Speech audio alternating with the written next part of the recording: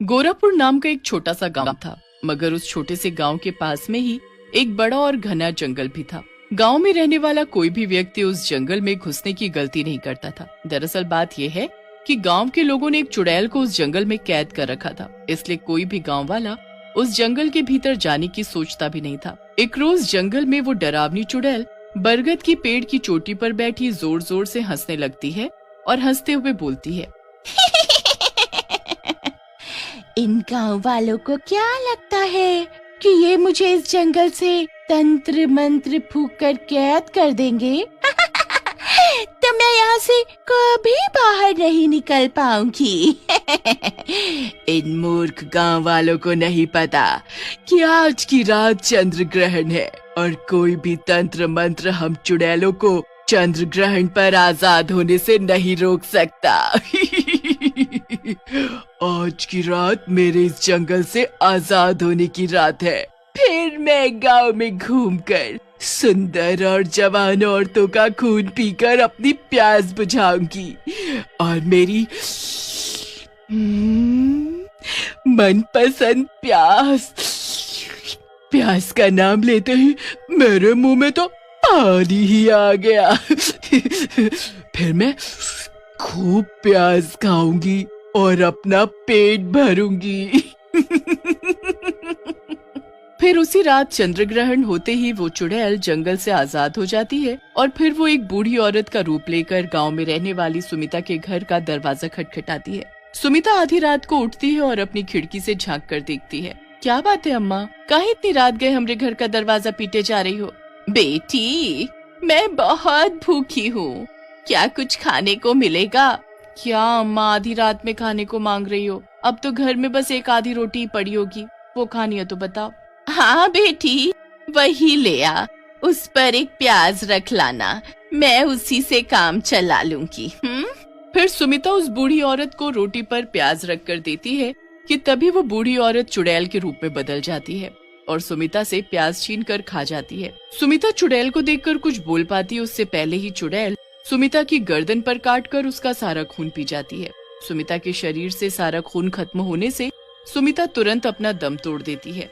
कितने सालों बाद मुझे अपनी मनपसंद प्याज खाने को मिली है और मीठा मीठा खून पीने को मिला है।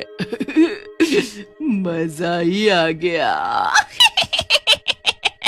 ऐसे बोलकर चुड़ैल वहाँ से चली जाती है। जब सुबह होती है तो सुमिता का पति चेतन अपने घर के बाहर सुमिता को मरा पड़ा देखकर चौंक जाता है और जोर जोर से रोने लगता है। सुमिता के यूं अचानक से मर जाने से चेतन को बहुत दुख होता है। अगली रात चुड़ैल फिर से एक बूढ़ी औरत का रूप लेती है और गांव में रहने वाली मोहिनी के घर का दरवाजा खटखटाने लगती है। हे भगवान, इतनी रात में हमरे घर कौन आ गया? अरे तनिक ठहरो भाई, हम अभी आते हैं। मोहिनी दरवाजा खोलती है और देखती है कि उसके घर के बाहर एक बूढ़ी औरत खड़ी है। अरे क्या बात है अम्मा, इतना रात को आप हमरे घर का दरवाजा काहे खटखटा रही हो? बेटी, बहुत भूख लगी है, इस बुढ़िया को कुछ खाने को दे दो। अरे अम्मा, अब इतने रात को कहाँ से कछु दें आपको? घर में जवन बना था वो सब तो खत्म हो गया। खाना नहीं है तो कोई बात नहीं, पर घर में प्याज तो होगी ही ना, तो बस वही लाकर मुझे दे दो। अम्मा, खाली प्याज भला कौन खाता है? अरे बेटी, मुझे तो प्याज खाना बहुत पसंद है, प्याज खाकर तो मेरे अंदर जान आ जाती है। तू बस जल्दी से घर के भीतर जा और मेरे लिए प्याज ले आ। मोहिनी घर के भीतर जाती है कि तभी मोहिनी का पति गोकुल उठ जाता है और मोहिनी से बोलता है, अरे भाग्यवान, इतनी रात गए काहे खटर पटर किए जा रही हो? अरे कम से कम हमका रात को तो चैन से सोने दो। अजी ना जाने रात में एक बेचारी बूढ़ी औरत कहाँ से आ गई है और खाने को प्याज मांग रही है, बस मैं तो उसे वही देने जा रही थी। मोहिनी प्लेट में कुछ प्याज लेकर उस बूढ़ी औरत को देती है। अरे वाह वाह वाह, इतनी सारी प्याज, आज तो लगता है शैतान देवता मुझसे काफी प्रसन्न है। ऐसा बोलते ही बूढ़ी औरत चुड़ैल का रूप ले लेती है और मोहिनी से प्याज छीनकर खाने लगती है। अरे बाप रे, ये बूढ़ी औरत एक चुड़ैल है। अरे लड़की, तू ज्यादा शोर मत मचा, नहीं तो प्याज की जगह तेरा सिर चबा जाऊंगी मैं। ऐसा बोलकर चुड़ैल जल्दी से मोहिनी की गर्दन से चिपक जाती है और उसका सारा खून चूस लेती है। तभी शोर सुनकर गोकुल घर के बाहर आता है और देखता है कि मोहिनी जमीन पर मरी पड़ी है कि तभी उसकी नजर प्याज मांगने वाली चुड़ैल पर पड़ती है। मानना पड़ेगा, तेरे घर की प्याज खाकर तो मेरे तन बदन में चुस्ती फुर्ती आ गई और तेरी पत्नी का खून पीकर मजा ही आ गया। अगर अपनी जान प्यारी है तो भाग यहाँ से, भाग। ऐसा बोलकर चुड़ैल वहाँ से जंगल की ओर चली जाती है। चुड़ैल के जाते ही गोकुल तुरंत पूरे गांव में शोर मचाने लगता है और गांव वालों को इकट्ठा कर सबको उस प्याज मांगने वाली चुड़ैल के बारे में बताने लगता है। हाय रे कम बखत मारी मेरी प्यारी पत्नी को मार कर जंगल में भाग गई। हाय रे अरे अरे जरा देखो तो गांव वालों, कितनी बेरहम तरीके से मेरी पत्नी को उस चुड़ैल ने मार डाला।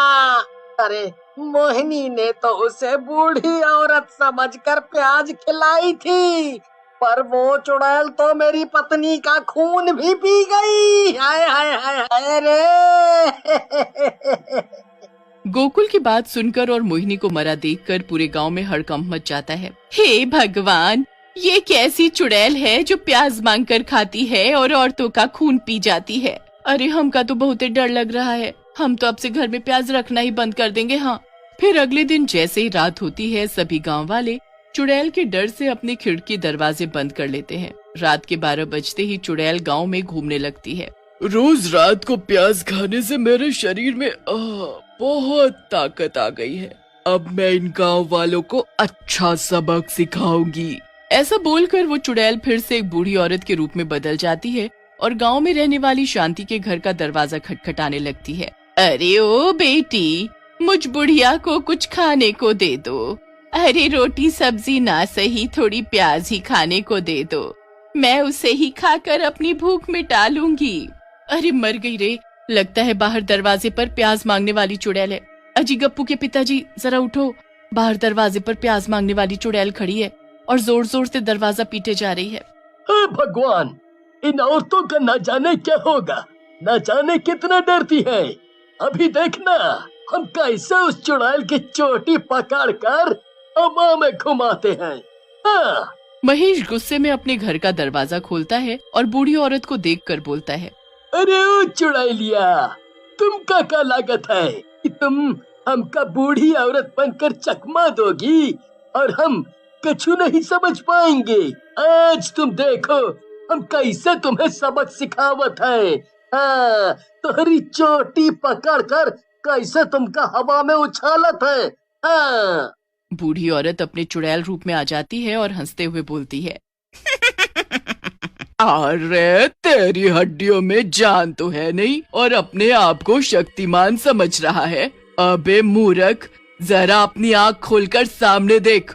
मैं एक चुड़ैल हूँ जो तुझे एक ही झटके में प्याज की तरह कच्चा चबा जाऊंगी।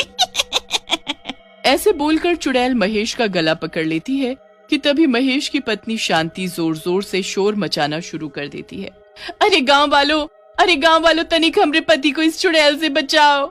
शांति का शोर सुनते ही गांव के लोग अपने घरों से निकलकर बाहर इकट्ठे हो जाते हैं और डरावनी चुड़ैल को देखकर बहुत डर जाते हैं। चुड़ैल को देखकर सीमा जल्दी से भागकर मंदिर के पंडित जी के पास जाती है और उन्हें चुड़ैल के बारे में बताती है। दूसरी ओर चुड़ैल महेश को गले से उठाकर दूर पटक देती है। कोई मेरा कुछ नहीं बिगाड़ सकता। चुड़ैल ऐसा बोलकर जोर जोर से हंसी रही होती है कि तभी वहाँ पंडित जी आ जाते हैं। चुड़ैल, मैं जानता हूँ कि तुझे प्याज खाना बहुत पसंद है और मैं ये भी जानता हूँ कि प्याज ही तेरी सबसे बड़ी कमजोरी है। चुड़ैल पंडित की बात से काफी डर जाती है। पंडित, आखिर तू कहना क्या चाहता है? पंडित जी अपने झोले से एक बहुत बड़ी प्याज निकालते हैं और चुड़ैल को दिखाते हुए बोलते हैं। तू अपने आप को बहुत ताकतवर समझती है ना, तो जरा ये प्याज मेरे हाथ से छीन कर खा कर तो दिखा। इस पंडित की अब उम्र हो गई है, इसीलिए तो ये ऐसी बात कर रहा है। ऐसा बोलकर चुड़ैल पंडित की ओर बढ़ती है और उसके हाथ से प्याज छीनकर खा जाती है। प्याज खाते ही चुड़ैल का पूरा बदन आग की तरह जलने लगता है। ये प्याज कोई ऐसा वैसा प्याज नहीं था। इस प्याज में मैंने मंत्र पढ़ी हुई लौंग घुसा रखी थी। पंडित, ये तूने अच्छा नहीं किया। चुड़ैल के ऐसे बोलते ही वो जलकर भस्म हो जाती है और गांव वालों को उस प्याज मांगने वाली चुड़ैल से हमेशा हमेशा के लिए मुक्ति मिल जाती है।